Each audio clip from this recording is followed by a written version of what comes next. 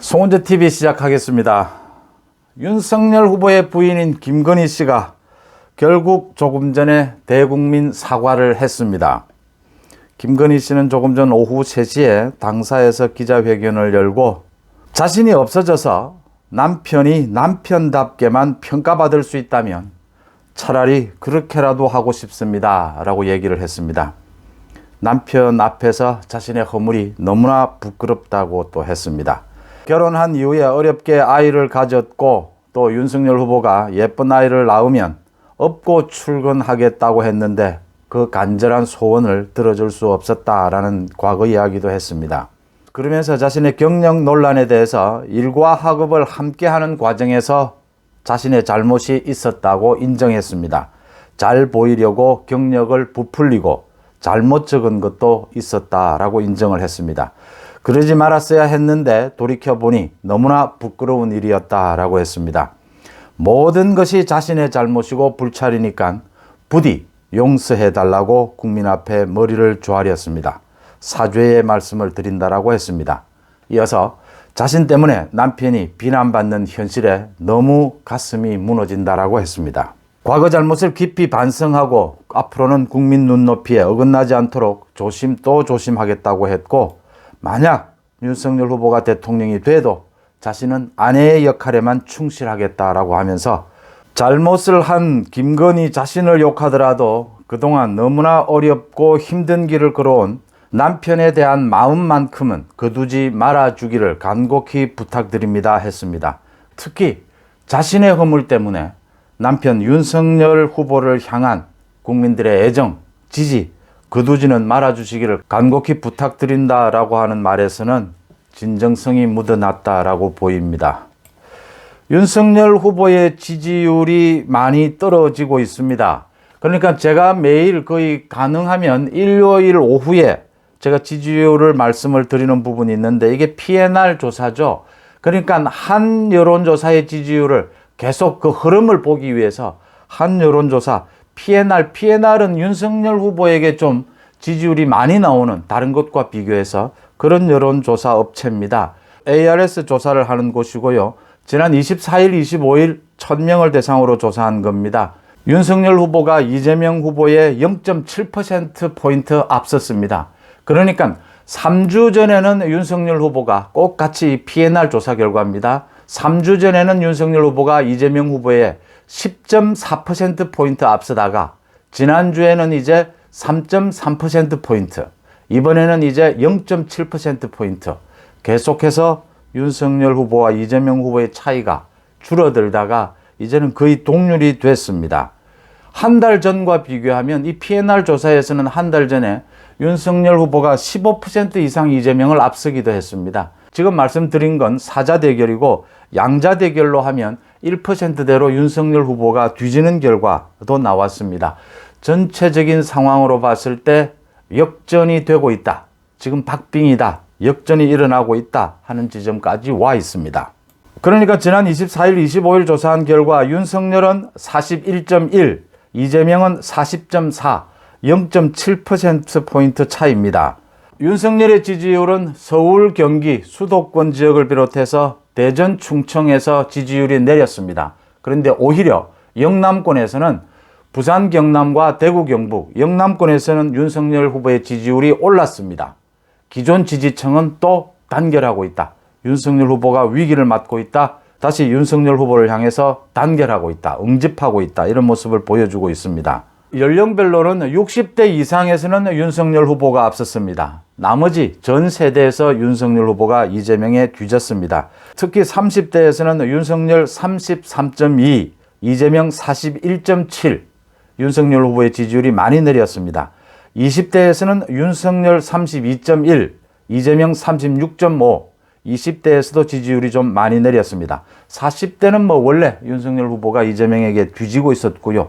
서울, 경기를 비롯해서 충청까지, 그 다음 60대 이상을 제외하고 20대에서 50대까지 윤석열 후보의 지지율이 모두 내렸습니다. 하지만 영남권에서는 윤석열 후보의 지지율이 오히려 크게는 10% 가까이 올랐습니다. 오히려 지난주에. 그 다음 60대 이상의 지지율은 견고하게 버티고 있고 더 오르고 있다라고 하는 점입니다. 더 이상 물러설 곳은 없다. 윤석열 후보 국민의힘 선대위는 이제 전체 판을 뒤집어 엎는, 전 판을 흔드는 새로운 출발을 해야 될 지점에 왔다. 여기에서 제가 윤석열 후보 그 다음 선대위에 한 가지 드릴 말씀이 있다면 이겁니다. 윤석열 후보가 고집이 셉니다. 그런데 그 고집이 나쁘진 않습니다. 윤석열 후보가 정치를 처음 시작하고 또 자신의 고집도 있고 또 자신의 소신도 있습니다. 그 점에서 많은 지지를 받고 있는 것이고 정권 교체도 하고 정치 교체도 해달라 라는 많은 그런 국민적인 기대를 받고 있기 때문에 합리적인 고집은 훌륭한 것입니다. 꼭 필요한 것이죠. 리더에게 꼭 필요한 것이다 보입니다.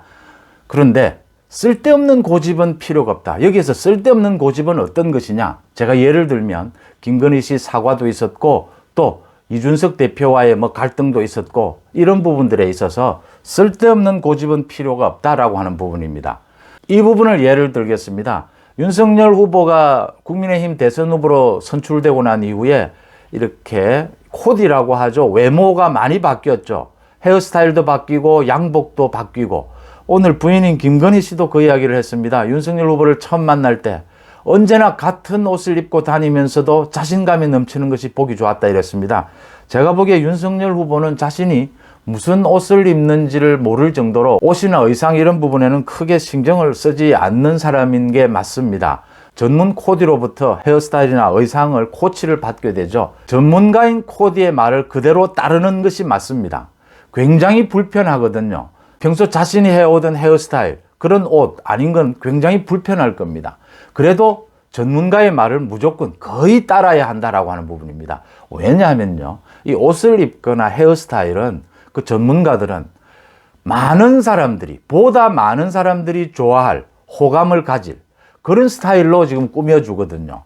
윤석열 후보의 개성이 드러나는 부분도 감안을 해서 보다 많은 사람이 호감을 가질 그런 쪽으로 코치를 하거든요. 그러니까 정말 중요한 자신의 개성 부분이 아니라면 대부분 코디를 따르는 것이 맞다. 왜냐하면 자신이 무슨 옷을 입고 있는지, 자신의 헤어스타일이 어떻는지 제가 알기로는 윤석열 후보는 관심이 거의 없습니다. 그러니까 그걸 보는 사람은 전부가 유권자고 국민들입니다. 그러면 유권자와 국민의 눈높이에 맞춰야죠. 바로 그렇듯이 김건희 씨의 사과 부분, 굉장히 억울한 부분도 많고 가짜 뉴스도 많았습니다. 그럼에도 불구하고 이 대선판에서 김건희 씨의 사과가 사실상 일주일이나 전쯤 이루어졌더라면 이 부분을 고집할 필요는 없었다라고 하는 부분입니다. 국민의 눈높이에 맞춘다면 지지율이 빠지는 것은 20대, 30대고 수도권입니다. 기존 지지층은 오히려 더 지지율이 올라가고 있습니다. 김건희 씨의 사과에 관계없이 오히려 더 지지율이 응집하고 있다는 겁니다. 사과에 영향을 받는 곳은 수도권 20대, 30대인 겁니다. 이건 정치 전문가들 눈에는 보이는 부분이죠. 그래서 코디 전문가가 필요하듯이 선거에도 기술자, 전문가가 필요하다라고 하는 부분이고요. 이준석 대표 이야기를 하면요.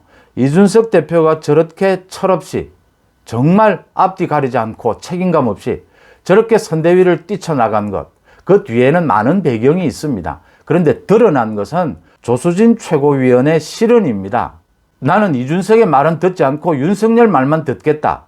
말을 이렇게 해서는 안 되는 겁니다. 이 표현을 듣고 당대표가 그 자리에서 화를 내지 않는다면 그것도 이상한 겁니다. 제가 드리는 말씀은 이준석을 버리더라도 이 대선 국면에서 이준석을 버릴 수가 없습니다. 방법이 없습니다. 뾰족한. 견제는 할 수 있지만 그럴 때 대선 후보는 어떤 자세를 취해야 하느냐? 이준석을 안고 갈 수밖에 없습니다. 이준석을 안는 방법. 그러니까 많은 캠프의 많은 사람들, 그 다음 지지하는 많은 사람들, 그리고 많은 당원들이 이준석은 안 되겠다. 저도 이준석은 안 된다고 생각합니다. 그러면 이 대선 국면에서 이준석을 어떻게 해야 되느냐? 후보 자신이 저 이준석은 아무런 도움이 안 된다, 방해만 된다라고 판단이 되더라도 이 지금 대선 국면에서 깔끔하게 이준석을 처리할 그런 방안이 보이지 않는다면 이준석을 수습해서 따독거려서 데리고 갈 수밖에 없다라는 겁니다. 그걸 우리가 권력 의지라고 부르는 것이죠. 정치인은 지지자들의 지지를 받아서 거기서 그치면 안 되는 거죠. 그걸 권력을 장악하는 데까지 성공할 수 있어야 한다. 그러려면 지지자들의 그 마음을 알겠지만 이 선거 국면에서는 이준석, 김종인도 안고 갈 수밖에 없다. 제한적이긴 하지만 그 결정을 좀 이해해달라. 이런 말도 대선 후보는 할 수 있어야 한다. 그래야 지지자들은 정말 편하게 누구를 비난하고 누구를 비판할 수도 있지 않습니까? 그렇게 좀 편하게 언론에서 이런 갈라치기 저런 비난을 하더라도 대선 후보가 믿음직스러운 것은 지지자들의 말만 꼭 듣고 판단하지는 않는다. 선거 국면에서 책임감 있게 권력을 장악해내는 그 권력 의지에 따라서 전문가들의 말을 수용하기도 하고 또 자신의 개성을 드러내기도 하고 자신의 일정을 어떻게 짜느냐. 이번 주에는 이제 대구 경북을 방문할 예정이라고 합니다. 일정을 어디를 방문을 하고 가서 어떤 메시지를 내고 이런 부분들은 조율할 수 있습니다. 조율 과정에서 윤석열 후보의 개성대로 나는 책임감 있게 비록 선거에서 표를 조금 인기를 조금 못 얻더라도 나는 진중하고 책임감 있게 이런 공약을 발표하고 싶다. 이런 지역을 방문하고 싶다. 이런 메시지를 내고 싶다. 그런 것은 고집해도 괜찮습니다. 하지만 고집하지 말아야 할 것은 코디와 같은 선거 기술과 같은 이런 부분들은 굳이 고집할 필요가 없다라고 하는 부분입니다. 중요한 것은 영남을 비롯한 기존 보수 지지층이 더 뭉치기 시작했다라는 것이고 60대 이상이 더 똘똘 뭉치기 시작했다라는 것이고요. 국민의힘 경선 과정에서 보여준 그 윤석열 후보에 대한 몰표, 전적인 지원 이런 부분이 다시 시작됐다라고 하는 것이고요.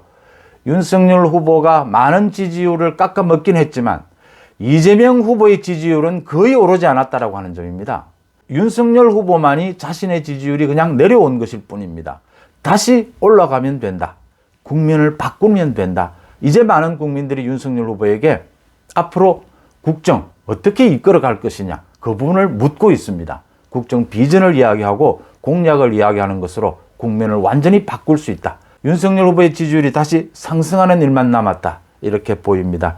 어떻게들 보셨습니까? 저는 김건희 씨의 사과 정말 진솔하게 봤습니다. 송은재TV 마칩니다. 고맙습니다.